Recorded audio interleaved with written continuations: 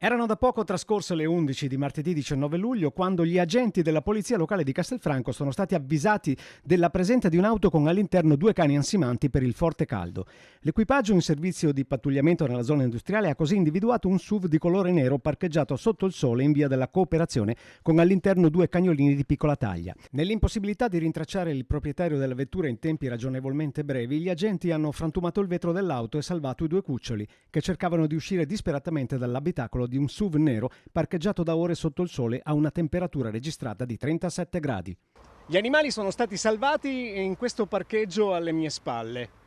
Abbiamo parlato con il sindaco Stefano Marcon. Siamo intervenuti a seguito di una segnalazione dove si sentivano provenire dei latrati dall'interno di una macchina nera, e abbiamo scoperto che vi erano due cagnolini di piccola taglia che sono rimasti all'interno di quest'auto 2 ore e stavano soffrendo, ormai insomma erano arrivati in una situazione veramente pericolosa. Quindi un plauso alla polizia locale, un plauso a chi ci ha fatto la segnalazione.